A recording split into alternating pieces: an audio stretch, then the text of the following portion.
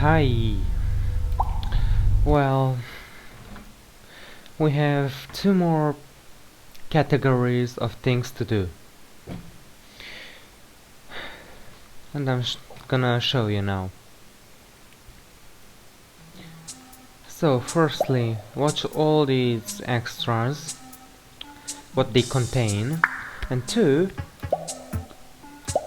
complete this cheat list. And now, or today, we're gonna try to do this and to complete this list, even though at the moment I have only 4 of them, it's only half.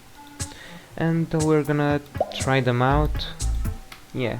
So, firstly, I have here a list of them. Yes.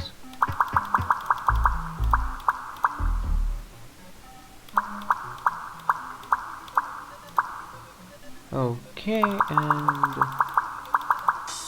A. So this is it. Alpha, Squidward, this black dude, SpongeBob, the Prowler, the evil Prowler, yeah, and Patrick. A. And this unlock all minigames. A. Yay. Well, we already had unlocked all minigames, but yeah, if you want to do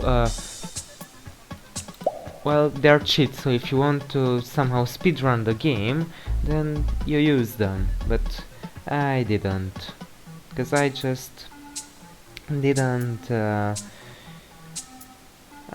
want to use them. Firstly, I wanted to complete the game. Now let me look at the second one,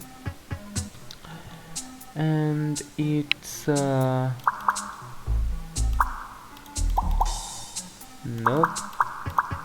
this one, then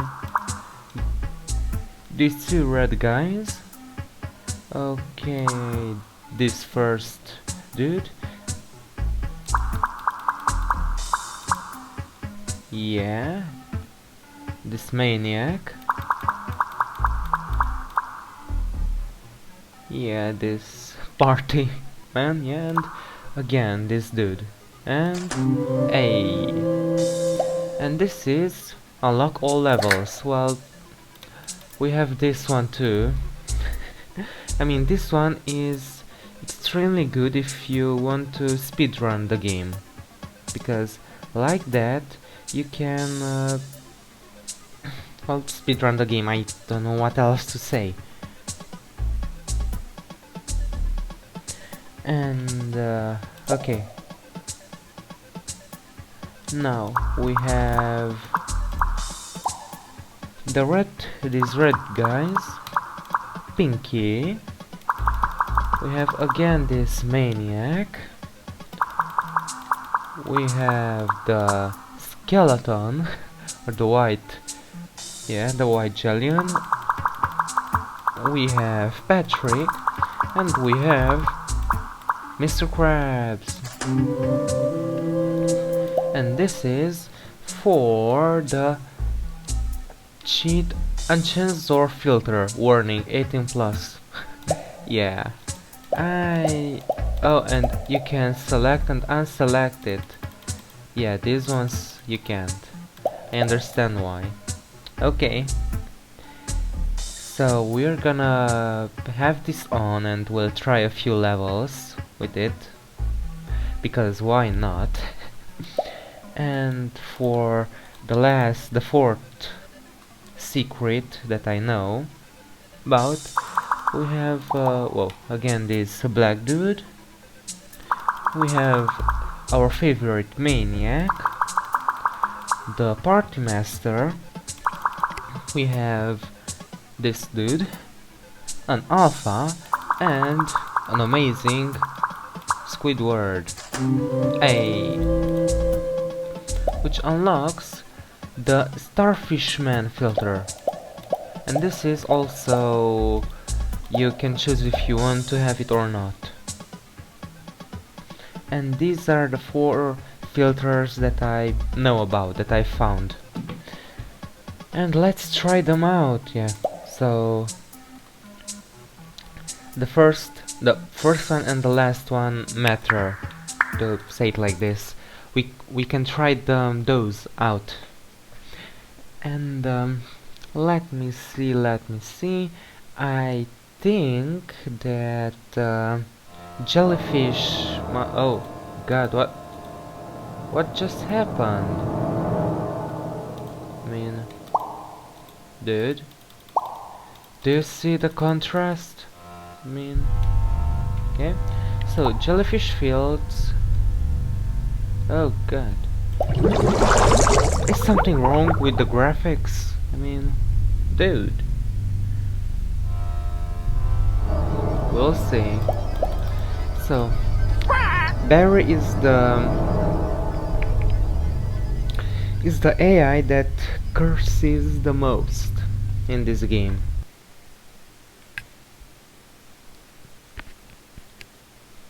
And here we can get to him quite fast. Oh, and SpongeBob's pineapple. So we're gonna see a few. Yeah, so there's something wrong with the graphics. Dude.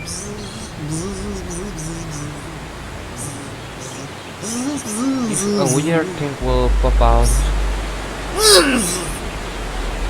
Yeah, everything is much brighter, but the map was much darker. Why? Why, dude? Why? What are these changes? Oh, is this the Starfishman filter? I mean, does it make these contrasts a bit... Okay, skip. I mean, does it make everything more cartoonish? Something? I don't know. We're gonna... God! What the... What? Okay, the sun. I am moving the sun. That's just great. Yeah, and all the graphics are. Dude, all these graphics. Just look at how. Oh God.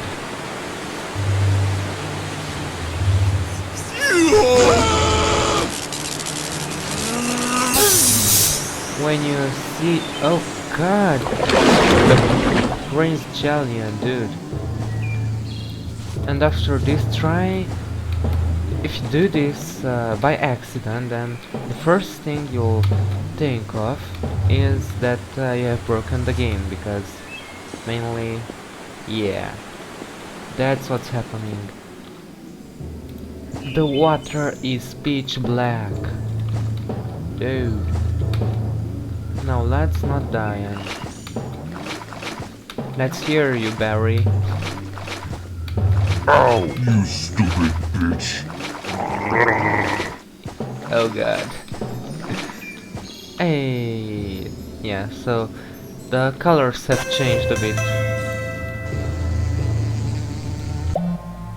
Yeah, somehow I wasn't expecting this.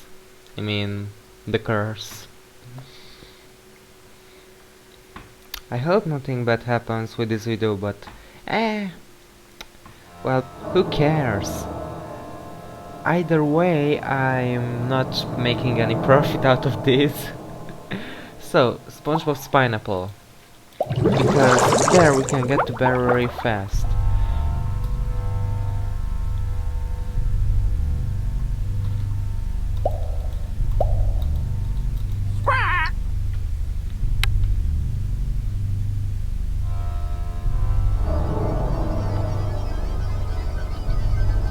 So anyways, if I get demonetized, well, it just... I don't care, because it won't make a change. God, these colors. Well, Alright. So I'll do one more level. So this level with the Starfishman filter and I'll turn it off. Cause dude, it annoys my eyes. I mean,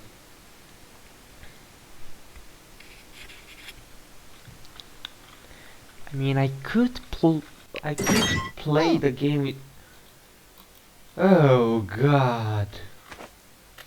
Oh Yep. God. What is this place?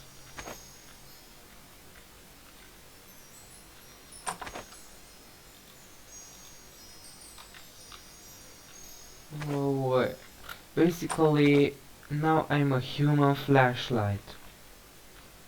Right? Am I right? Okay, one more level. I'm just Oh, I want to do some cooking. curious of something. No! Oh wait, and now, Barry. Hey, you stop touching me. Oh.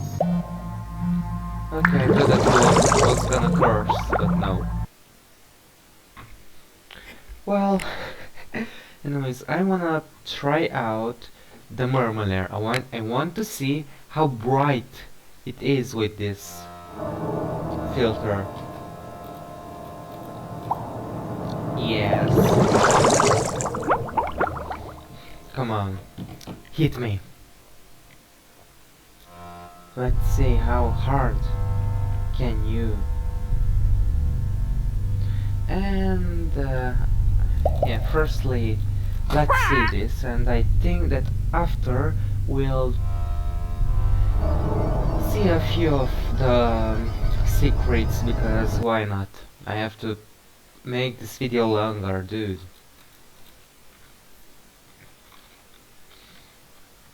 Can't let it be like 10 minutes. And oh god, these colors, they hurt my eyes. Honestly. They are hurting my eyes.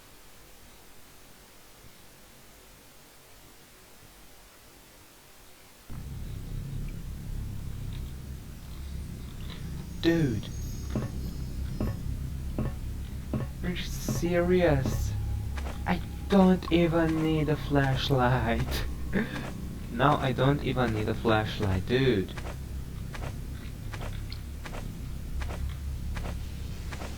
It's so bright. Whoa, so... Oh. That's why you died. Because there are some spies. Dude. Wow. Just look how bright it is in there.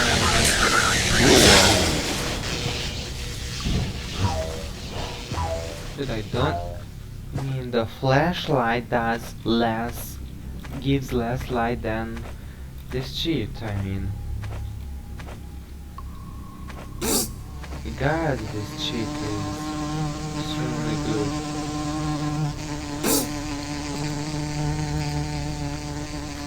So I wanna see those tiles. How bright are those tiles? Now. Let's see. Let's activate the flashlight, dude. I mean, dude, it's useless. It's literally useless.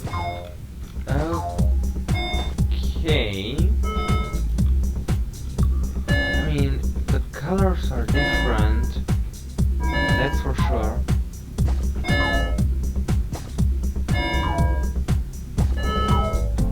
I wanna get to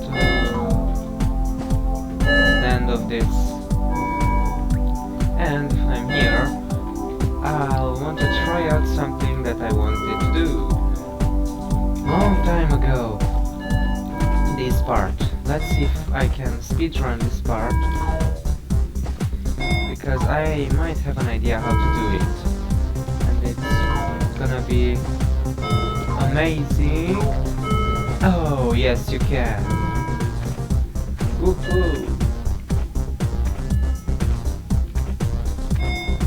You don't need a flashlight anymore. That's great. I'm sorry for that. Quit. Hey, well, it could be fun. Well, if you want to see me do something with these modes, or I don't know, do the extras. Are these extras like? No, I think that if you start a new game, then you delete literally everything. All the extras and all the minigame progress, and I don't wanna do that. Yeah. Cheater, dude. Come on. Come on. So, this off. Just out of curiosity. Is now everything normal? I mean, is everything normal now? Yes. So, is the starfish man filter? Ooh. And now, we're gonna see a few extras. Thing that you were expecting, or you've been waiting for this for a long time. So, Patrick sketch. The squidsicle. Yeah. Patrick licking Squidward in a cart. Okay, concept art, the glovey duo. Yeah. A Glove World theme park. Yeah, cool. Okay, concept art, the love tapper. Oh, cool. Concept art, fish mobile.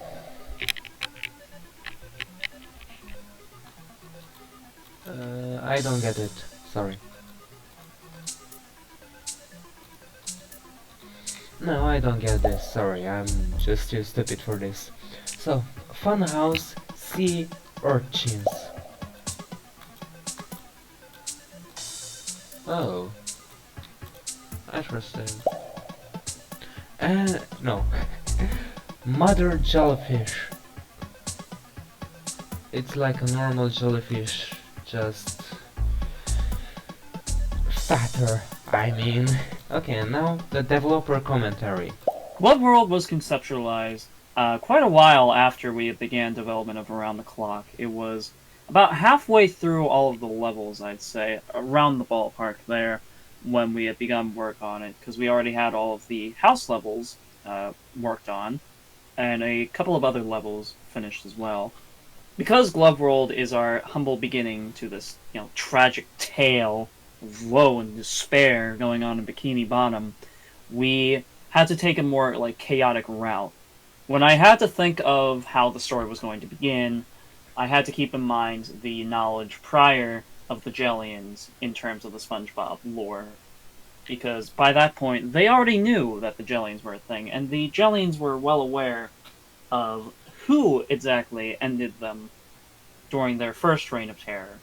So Overlord, respectively, went to target SpongeBob and basically everyone in a singular cluster. So Glove World, what a prime opportunity, because it's also Squid's concert along with a firework display, so that would provide them perfect cover to swoop down and strike.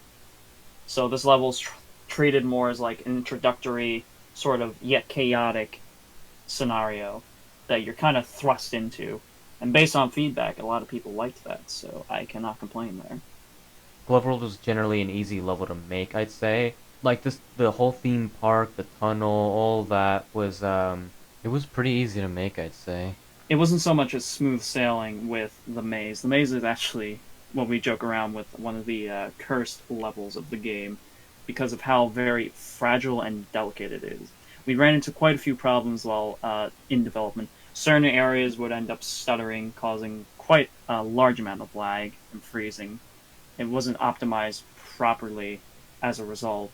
Now, in terms of cut content, it actually does relate with this as well, because originally, if you take a look at the concept art, there was originally a love tapper machine that would emerge from the ground, set itself up in 3 clicks, and if you were still around it while it was poised, it would slam down on you, crushing you. It would be another trap to add to the various other traps we have within the maze, but because of the lack of optimization, it would actually cause even more freezing than what we would have expected, so that had to be terminated. You also can't forget the original jellyfish room, which used to feature a mother jellyfish instead of the red menaces that would fall down on you. The way it would work was that if you stepped on a pressure plate, the mother jellyfish would activate and zap the player.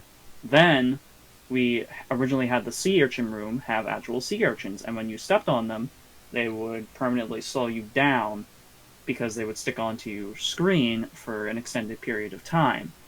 So it was more of a passive trap room, more so than anything. But the amount of sea urchins we have within the room also caused the game's optimization and frame rate to fail. So that had to be scrapped as well in favor of a harmless sea urchin column. As for our main stars of Glove World, Left and Right Glovey, Left Glovey being an original character designed by me, while Right Glovey is actually a character that exists in the show already, known as Glovey Glove. They were both designed to be, nice controllable threats as a first-timer experience, but we wanted to make them unique. We didn't want them to just chase the player around. So I tasked Dave with creating a almost Slender-like AI, minus the danger of looking at them. Left and Right Glovey were generally pretty easy characters to make. When I made their AI, all site-based and such, I ran into a couple of issues with that. I had to use box triggers to be able to detect if the player was looking at the AI instead of a line trace or some sort of, different mechanic to detect if the Glovey was, in front of the player or not. Pretty much all that wasn't working, and I had to settle with box triggers, and it seemed to work out pretty well. The only problem I ran into when using box triggers were that it would go through walls, but it didn't seem to happen that often because they're pretty short radius of the box trigger. So all in all, I'd say that AI turned out pretty well. I will say that I felt as if the map was poorly designed on my part to not show the player where they initially started, which did confuse playtesters and YouTubers alike. I will admit to that. With this said, this level was generally well received, and it was a pretty good introductory level that scared the absolute out of everyone who played it. And it was quite an enjoyable experience to watch and receive feedback. Honest feedback, might I add. I want to thank everyone who's done that during this development phase. Thank you so much. Okay. So this was everything about Glove World. SpongeBob's Pineapple. Concept art Doodle Patrick. Drawn to life SpongeBob SquarePants edition. Around the clock at Bikini Bottom. Yay, Doodle Patrick. He was annoying. Doodle Bob Dab. Dad? Or Dab? Oh. Hey. Kitchen renovation.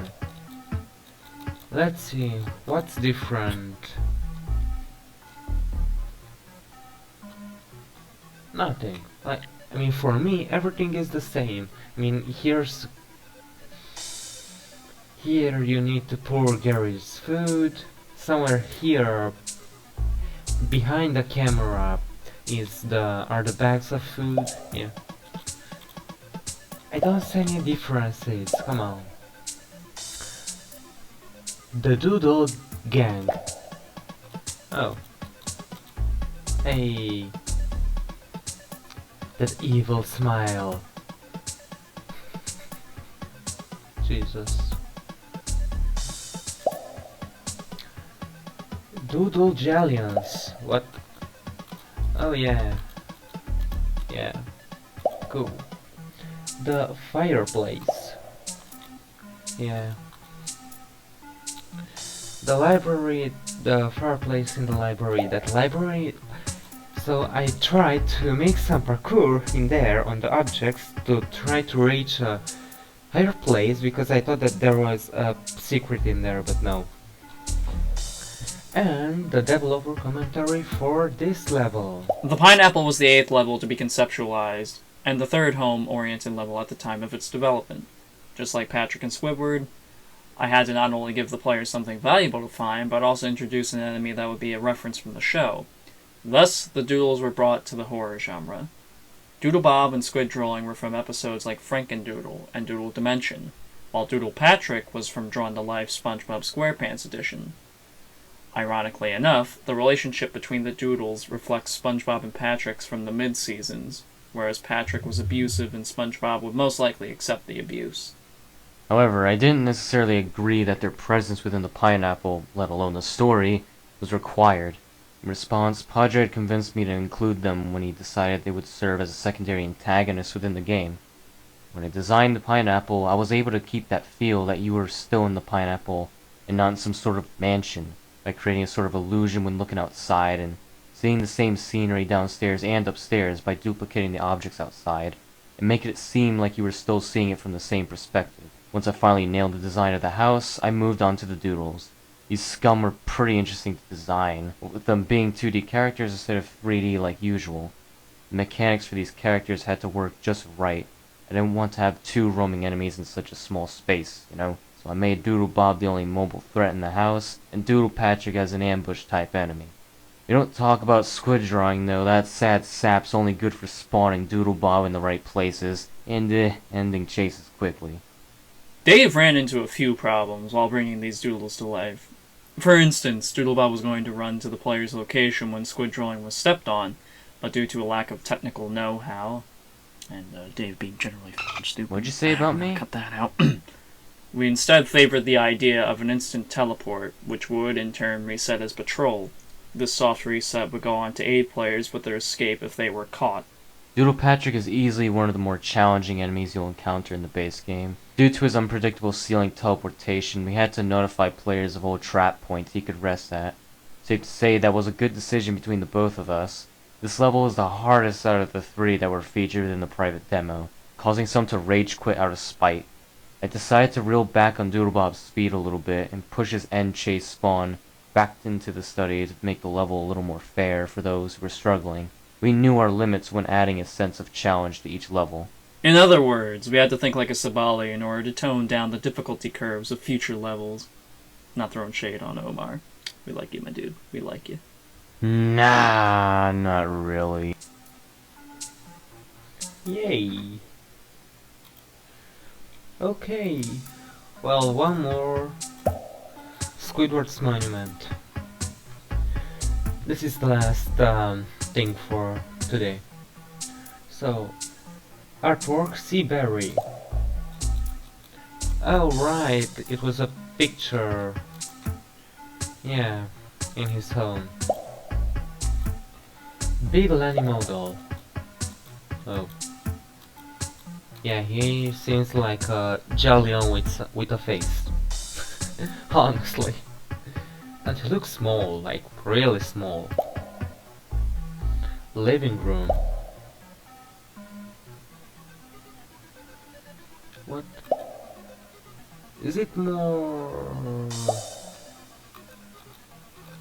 No. I thought that that here it's larger, but no. It's like the same. Because here it's the same photo, just from a different angle. Yeah. Again. Okay. Drab decor. What? Yeah, I can see it. I just can't. Well, I think I saw it. I don't remember, honestly. Okay. Nautical nonsense. Yeah. And the developer commentary 3. The monuments are 7th level to come to life, a part of the quartet of protagonists' home-oriented levels. While Squidward's precious valuables were pretty obvious choices, based on references from the show, the level's enemy was a treat for some and a disappointment for others. Feeling as if the sea bear appears enough in the show, it was up to me to shine the spotlight on a character who had only appeared once in an in-episode portrait, and in Operation Krabby Patty as an enemy, and a personal favorite of mine, Big Lenny. Yeah, Big Lenny was an interesting pick. When I didn't think he was going to reference as a full-on enemy, at the time, all of our previous enemies were given sharp edges and polygonal appearances, which matches my simplistic style seen in my other games. Padre convinced me to try rounded, more detailed edges and vertices for, creepier, more menacing characters such as Big Lenny. And from here, we began designing the interior of Squidward's monument, even featuring an elevator that only appeared in a few episodes, which in turn helped a lot of players. Originally, Big Lenny was a lot like what Doodlebop would have been, a very fast enemy if you had been spotted, but we scrapped this idea of pure stealth in favor of a slower, mid-range foe. However, it was too easy to escape Big Lenny's clutches because every single item felt as light as a feather. A clever solution was to bring you to a crawl by disabling sprinting on certain items, and we had gone as far as to disable the elevator on the last item. In the private demo, Big Lenny became a very unpredictable threat to some, and idiotic jellyfish to others. It was because of these tests that we couldn't really mess with his difficulty all that much, making the level pretty average between the time it takes to beat the level, how often a player would die, and how scary it could potentially be. Yeah, these were a few factors that contributed to the labeling of difficulty settings for the average baseline playthrough of such a level. Okay. Well, yeah.